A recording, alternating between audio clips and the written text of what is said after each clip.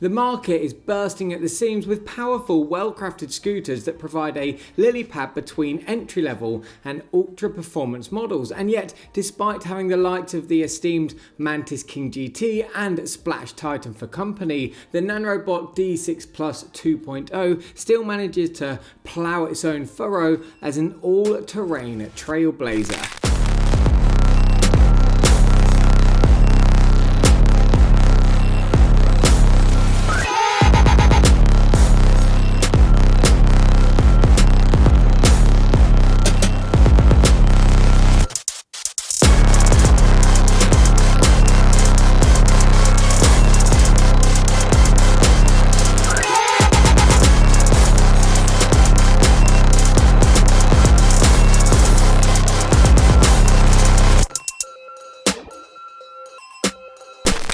This brawny beast may look a little outdated, but don't be fooled. It's packed full of features at a comparatively low price. Mounted with terrain-agnostic tyres and capable of adrenaline-inducing speeds, this is a model that revels in fast-paced off-road jaunts. It's not without its flaws, few scooters are, but these imperfections are easier to overlook when you're getting such good value for money. So join me as I share my hands-on experiences with this scooter. First, I'll take a look at its design and features, and then I'll share the results from my performance tests.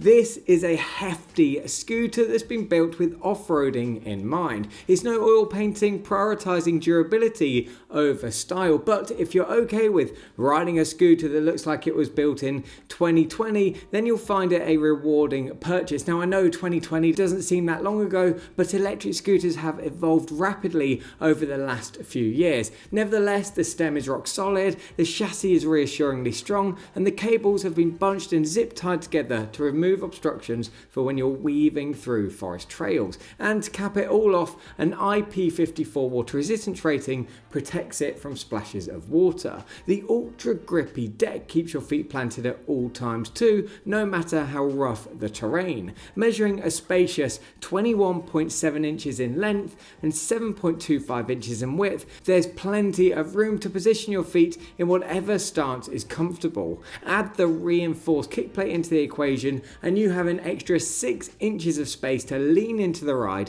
for greater control. It's also worth highlighting the 8 inches of ground clearance. This safeguards the scooter from damage when traversing obstacles and dismounting curbs. Then there are the handlebars. Measuring 25 inches, they remain wide enough to ensure you always feel in control, while the heavy stem promises excellent handling when it comes to maneuvering the scooter. On the left, you'll find easy to reach button pads for your lights, turn signals and horn, and on the right sits a trigger throttle, key lock ignition, voltmeter and buttons to select your riding mode. In the centre is a large, reasonably clear display that shows your speed, mileage, battery level and active riding mode. It also shows whether you're in single or dual motor mode and flashes arrow icons when the turn signals are in use. It does its job with little fuss, though it is prone to a few flaws. Firstly, it gets washed out in direct sunlight. Secondly, it doesn't save your preferred settings. For example, if you change any of the P settings, so things like the strength of the acceleration or units of measurement from kilometers per hour to miles per hour, it forgets this when you turn the scooter off and back on again. Thirdly, the battery bars on the display aren't accurate. While riding, they dipped to less than half. Then once I stopped, they went back up to full. You can, however, rely on the voltmeter to see how much juice you've got left in the tank. Another couple of features that you can rely on are the 10-inch hybrid tyres. With these pre-installed, the D6 Plus scores a notable mark of differentiation against its rivals, most of which come with street grade tyres. The thick, knobby tread pattern ensures grip and traction on loose terrain, while the rounded front-on profile means you have just as much control on the straights as you do in the corners. However, when you ride on smooth roads, the tread results in a constant vibration. Elsewhere, everything about this scooter is solid and robust. There's no wobbling or shaking even at top speeds, so you can have faith in it to keep you safe. But it is a little rough around the edges, lacking the attention to detail found on similarly priced scooters. The fenders, for example, have to be installed out of the box, but with the model that I received, the cutouts on the front fender didn't align with the threaded fixing holes. This meant that it couldn't be screwed in. To make it fit, I had to file the holes to make them bigger. Elsewhere, the grips were secured to the handlebars at different angles. The one on the left sits somewhat parallel to the ground, while the one on the right is pointed up at a 37-degree angle. Small details like this are indicative of a laissez-faire approach to quality control. It's not all doom and gloom though. All of the electrical components in the cockpit are plug and play, making them far easier to replace if malfunctions occur. There's also a battery management system that detects the status of each cell. Importantly, it prevents the battery from overcharging, over-discharging and overheating. The scooter's heavyweight profile has its advantages too. Chief among them is its impressive load-bearing capacity of 330 pounds. This puts it amongst the best models when it comes to suitability for heavier riders, while its 40-inch deck to handlebar height makes it a great option for those that are taller.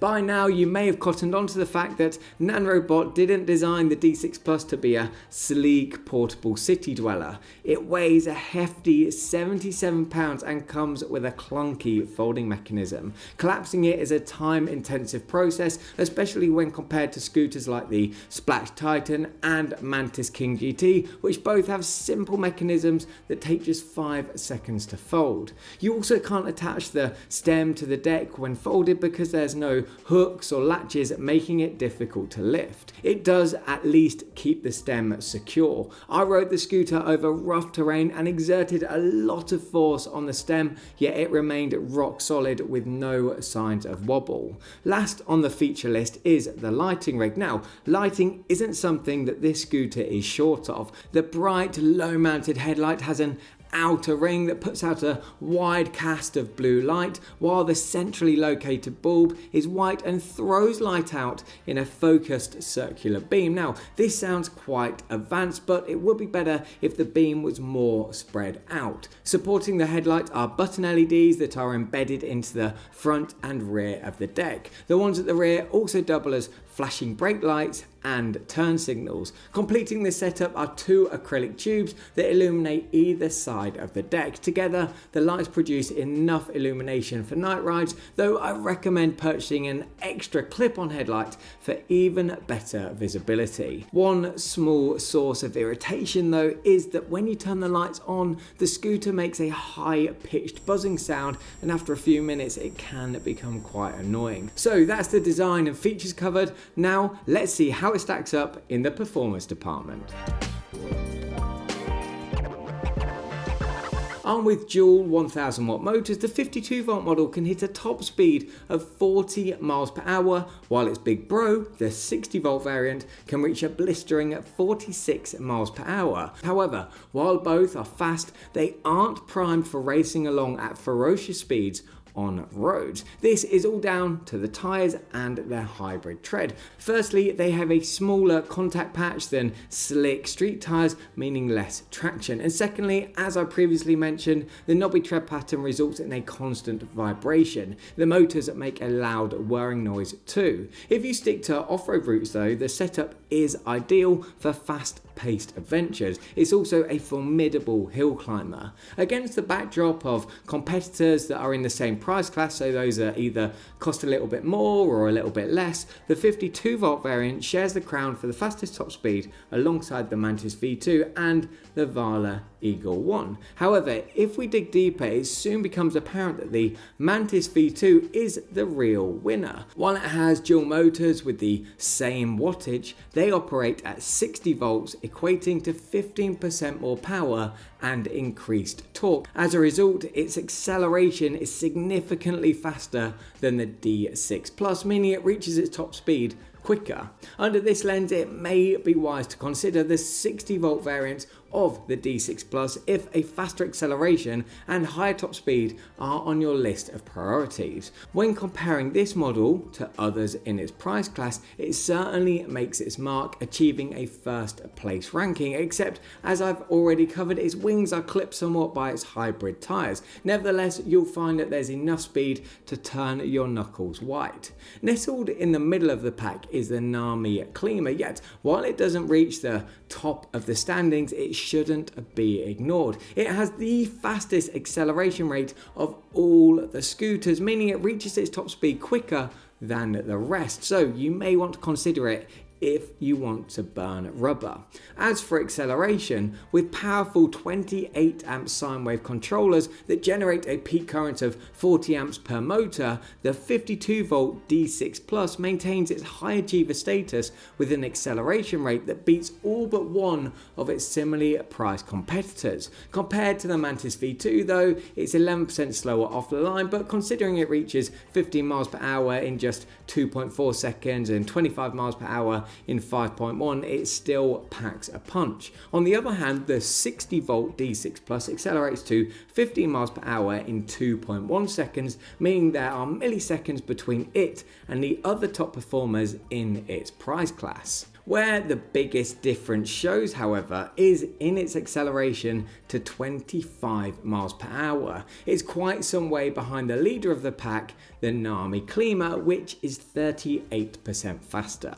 Then we have mileage. Sporting a 26 amp hour battery with 18 650 cells, the 52 volt model achieves a maximum range of 40 miles. The 60 volt 22.4 amp hour variant shares the same maximum range. Importantly though, its battery is of a higher quality thanks to its LG cells, which are among the best that you'll find in a scooter. Under real-world running conditions, which include periods of fast acceleration, cruising, and multiple stops, you can expect to keep the wheels of both models rolling for between 23 and 25 miles. Against the backdrop of its similarly priced rivals, the 52 volt model shares second place with the Apollo City 2023 and the Vale Eagle 1. The rule of the roost belongs to the Apollo City Pro 2023. With 43 miles, it just about manages to glide past the D6 Plus. There is an elephant in the room though. While the City Pro is a dual motor scooter, its 48 volt 500 watt motors are less powerful both in torque and top speed. There's also the small fact of it being a commute scooter as opposed to an all-terrain beast. With this in mind, the D6 Plus remains a competitive model. Unfortunately, the performance of the 60 volt model doesn't lay claim to a podium position finish against its similarly priced rivals. The winner here is the Inokim Oxo, but this is hardly surprising considering that it sports a battery that holds 16% more power. There is a caveat though. While the Oxo is a fantastic scooter with a supremely smooth suspension system and one of the best ride qualities around, it doesn't come with off-road tyres. Under this lens, the Mantis King GT presents itself as a notable alternative. Not only does it boast a maximum range that promises 60 more miles than the D6 Plus, but it has the same hybrid tyres, meaning it's an excellent choice for riders that want to explore off-road routes. It's also home to a superior hydraulic suspension system that grants you the ability to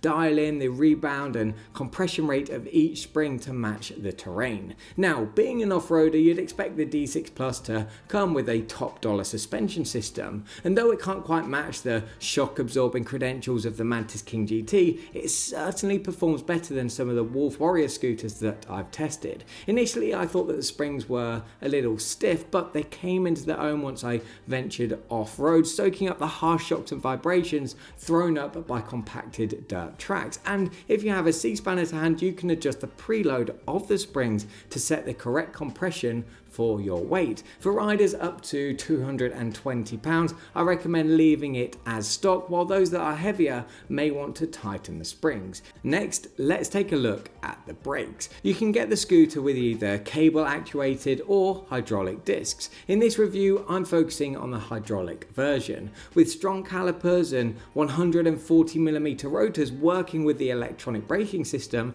the scooter came to a safe stop from 50 miles per hour in an impressive 2.1 meters. You can adjust the strength of the electronic brakes via the P settings on the display too. I had it set to 2, which is the strongest setting, though you may want to dial it down to 1 or turn it off completely. So with everything that I've covered, how does it stack up where ride quality is concerned? Well, your view on its ride quality will depend somewhat on the terrain you're measuring it on. For street riding, there's no denying that there are better options that provide a smoother ride. On the flip side, the traction, grip and ability to latch onto loose terrain while off-roading makes it an attractive option. The same can be said for its suspension system that doesn't clank or bottom out. Then there are its high handlebars and spacious deck that promise a comfortable riding stance. Add to this a well-balanced stem and chassis and you have a scooter that promises good handling no matter how challenging the terrain.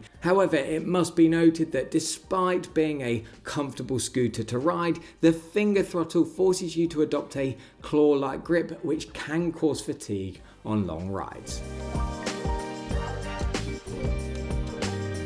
Available in two versions, a cheaper model with 52 volt motors and a more expensive one with 60 volt motors, you simply can't argue with the price tags of both scooters, even if they are a little rough around the edges. They grant you access to a scintillating top speed, well calibrated suspension, strong hydraulic brakes and chunky all-terrain tires. If it's a tough, versatile powerhouse that you seek, it will tick all of your boxes without leaving your bank balance in the red. Pros include it has the fastest top speed in its price class, offers good value for money, has hybrid tyres that provide grip on loose terrain, a well-balanced frame that promises good handling, a high ground clearance that's great for off-roading, a battery management system that keeps the battery healthy, a rock-solid stem and robust frame, is ideal for tall and heavy riders, has a spacious deck, responsive hydraulic disc brakes, it comes with a pump and valve extender for the tyres, all of the core components of the frame are covered under a lifetime warranty, and it has an IP54 water resistance rating. Cons include its outdated design, build quality that lets it down in areas, a display that doesn't save your preferred P settings, motors that make a loud whirring noise, a clunky folding mechanism but it does its job. There's no way to hook the handlebars to the deck, meaning it's hard to lift and carry. The finger throttle can become uncomfortable. When the lights are on, the scooter makes a high-pitched buzzing sound and the turn signals are only at the rear. Now, to help you find the perfect scooter, you may want to check out the following alternatives. Kicking things off, we have the Mantis King GT. This is a great choice if you want a premium all-terrain model. It has the same hybrid tyres as the D6 Plus, but it packs more power and has better overall ride quality. To be precise, it has 10% more powerful motors, a significantly faster acceleration rate, adjustable hydraulic suspension that ensures a smoother ride, a 16-mile longer range, better build quality, is easier to fold, has a brighter headlight and customizable RGBs, an information-rich display, and an ergonomic thumb throttle that's more comfortable to use, but it costs more and it supports 65 pounds less rider weight. The second alternative that I recommend is the NAMI Klima. It offers a blisteringly fast acceleration rate and superior hydraulic shocks to make it an ideal scooter for riders that want the luxury of fast and smooth rides on both street and off-road routes. Digging deeper, it accelerates 32% faster than the 52 volt D6 Plus model and 24% faster than the 60 volt variant. Then there are its hydraulic shocks that can be easily adjusted to your weight and terrain, its 10-mile longer range, significantly better build and ride quality, easier to use folding mechanism, brighter headlights, ergonomic thumb throttle, 2-inch wider handlebars that promise greater control, more protective IP55 water resistance distance rating and the ability to make customized riding modes via its industry-leading display. However, it costs more, supports 65 pounds less rider weight, and it doesn't come with hybrid tyres, although it can still be ridden off-road. The third alternative is the Mantis V2. Now, this scooter is ideal if you can't afford to spend any more than what the 52 volt variant of the D6 Plus costs, but want a lighter, more nimble performance scooter. Not only does it boast a 10% faster acceleration rate, but it also has better handling and a brighter headlight. It does, however, have a 10-mile shorter range. It supports just 265 pounds of rider weight versus the Nanrobot's 330 pounds, and it doesn't come with hybrid tyres. You can still ride it off-road though. The fourth and final alternative is the SPLACH Titan. It's an excellent all-terrain model if you're on a budget. Its performance goes toe-to-toe with the 52 volt D6 Plus, but it costs hundreds of dollars less. It has a superior lighting rig with customizable RGBs, is 13 pounds lighter and is far easier to fold, and is altogether more nimble. Now, while it has 9-inch hybrid tyres, they have a square front on profile, meaning you can't lean into corners, but you can opt for the 10-inch variant of the Titan, which comes with the same tyres as the D6 Plus. It's also worth noting that the deck is 4 inches shorter, while it supports just 220 pounds of rider weight, which is a whole 110 pounds less than the Nanrobot. Now, to find out more about any of these alternatives or the Nanrobot D6 Plus 2.0, click on the links in the description. Thank you for watching, and I'll see you next time.